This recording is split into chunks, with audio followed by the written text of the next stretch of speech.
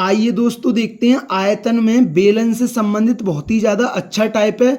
और मैं आपको टाइप बताने से पहले बता दूं, मैं इस टाइप पर एक वीडियो बना चुका हूं। जैसे एक आयताकार टुकड़ा होता है, ठीक है ना, उस आयताकार टुकड़े से लंबाई के अनुदिश या चौड़ाई के अनुदिश मोड़कर बेलन बनाया जाता है। तो जो मैंने एक वीडियो बनाई थी उसमें क्या है, उसमें मैंने 2 क्वेश्चन बताए थे और दोनों ही क्वेश्चन क्या थे, चौड़ाई के अनुदिश मोड़कर बेलन बनाया गया था। लेकिन जो आज की वीडियो में 2 क्वेश्चन बताऊंगा उसमें क्या है, लंबाई के अनुदिश मोड़कर बेलन बनाएगा। तो इसलिए अगर वो आपने पहली वाली वीडियो नहीं देखी तो पहले आप उसे जाकर देख लीजिए। उस वीडियो का लिंक इस वीडियो के नीचे दिया गया है, जिससे ये टाइप आपके अच्छी तरीके से क्लियर हो जाए।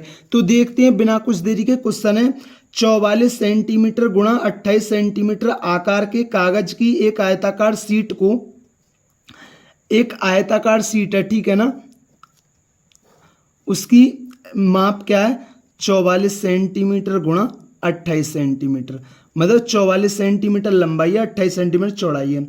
एक आयताकार शीट को 44 सेंटीमीटर लंबाई में घुमाया जाता है, ठीक है ना, एक आयताकार शीट को 44 सेंटीमीटर लंबाई में घुमाया जाता है और एक बेलन यानी सिलेंडर बनता है। बने हुए बेलन का आयतन क्या है। अब लंबाई के अनुदिश बेलन बना रहा है, ठीक है ना।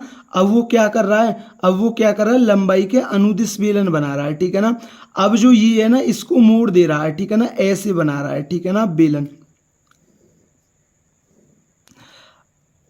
अब देखिए ये जितनी चौड़ाई है ये वाली उतनी है, तो ये जो चौड़ाई है इसकी आयताकार शीट की, तो वो तो इसमें क्या होगी, बेलन की ऊंचाई या लंबाई हो गई।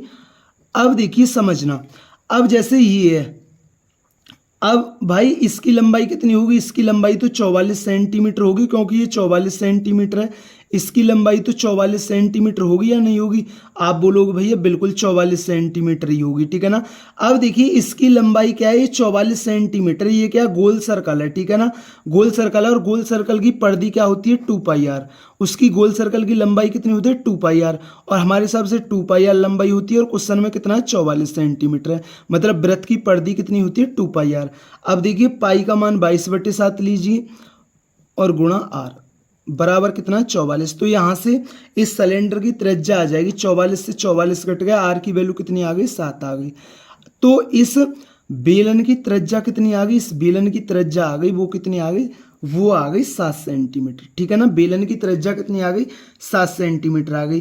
तो उसने क्या बोला, बने हुए बेलन का आयतन।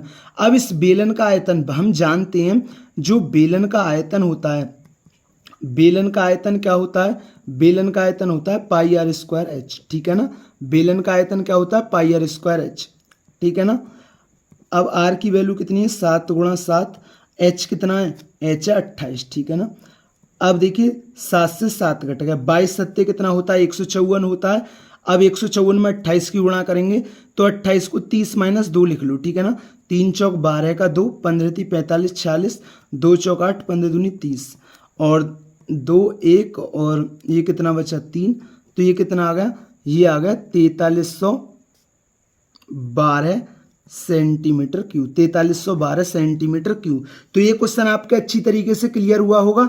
आइए इस टाइप का एक और क्वेश्चन देखते हैं, जिससे ये टाइप आपके अच्छी तरीके से क्लियर हो जाए, क्योंकि ये आयतन में बेलन से संबंधित बहुत ही ज्यादा अच्छा टाइप है। तो देखते हैं इस टाइप का सेकंड क्वेश्चन है, एक कागज के आयताकार टुकड़े का आयाम 100 सेंटीमीटर गुणा 44 सेंटीमीटर, कागज को उसकी लंबाई के अनुरूप मोड़कर एक बेलन बनाया जाता है, बेलन का आयतन है, ठीक है ना। अब एक आयताकार टुकड़ा है, ठीक है ना, इसकी लंबाई कितनी है 100 सेंटीमीटर है और चौड़ाई कितनी है 44 सेंटीमीटर है। कागज को उसकी लंबाई के अनुरूप मोड़कर बेलन बनाया जाता है, इस लंबाई के अनुरूप मोड़कर एक बेलन बनाया जाता है। तो अब कैसी बेलन बनेगा भाई, ऐसी बेलन बनेगा भाई, ठीक है ना, ऐसे एक बेलन बनेगा। अब देखिए जो ये चौड़ाई है, तो ये बेलन की क्या होगी, लंबाई या ऊंचाई होगी, और वो कितना 44 सेंटीमीटर है, ठीक है ना। अब देखिए ये जितनी लंबाई है उतनी लंबाई इसकी ऊपर से होगी, ठीक है ना। तो ये कितनी हो जाएगी आपकी 100 सेंटीमीटर हो जाएगी, ठीक है ना, 100 सेंटीमीटर हो जाएगी। अब देखिए गोल सर्कल बनना है, मतलब ऊपर एक वृत्त बनना है, ठीक है ना। अब हम कोई भी जो गोल सर्कल होता है उसकी लंबाई कितनी होती है, उसकी जो परिधि होती है 2πr, हमारे हिसाब से इसकी लंबाई इतनी है और क्वेश्चन के हिसाब से कितनी है 100 सेंटीमीटर है, ठीक है ना। तो 2 पाई का मान, यहाँ से मैं बेलन की त्रिज्या निकाल लेता हूँ। 2 पाई का मान 22/7 गुणा आर बराबर कितना है 100। अब देखिए 4 से काट दीजिए, 4 से 22 दूनी 44 11 बार और 4 से 25 बार, ठीक है ना। तो आर का मान कितना आ गया, ये आ गया 25 गुणा 7/11 और किस में आएगा, सेंटीमीटर में। अभी मैंने गुणा नहीं की कि 25 सत्ते 175/11 सेंटीमीटर नहीं लिखा, ठीक है ना। मैंने क्योंकि वो आगे कहीं ना कहीं कटेगी, ठीक है ना, क्योंकि हमें आयतन निकालना है अभी। अब उसने क्या बोला है, बेलन का आयतन। हम जानते हैं बेलन का आयतन क्या होता है, बेलन का आयतन होता है पाई आर स्क्वायर एच। अब देखिए पाई का मान 22/7 लीजिए, क्वेश्चन में बोला है। अब आर स्क्वायर है ना, अब तो इसको हमें 2 बार लिखना होगा, 25 गुणा 7/11 गुणा 25 गुणा 7/11 और एच कितनी है 44। अब देखिए, अब काट दीजिए, 7 से 7 कट गया, ठीक है ना। अब 11 से 4 बार कट गया और 11 दूनी 22। अब समझना, देखिए 25 चौका तो 100 हो गया आपका, ये वाला 25 चौका तो 100 हो गया, ठीक है ना। और 25 दूनी कितना हो गया, 50 हो गया।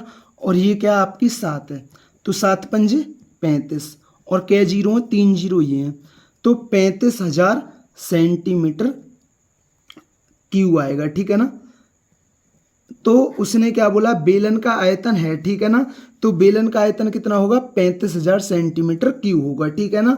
तो ये दोस्तों आज की वीडियो में हमने 2 क्वेश्चन बताए हैं और दोनों ही क्वेश्चन आयताकार टुकड़े को उसकी लंबाई के अनुरूप मोड़कर क्या बना रहा है, बेलन बना रहा है, ठीक है ना।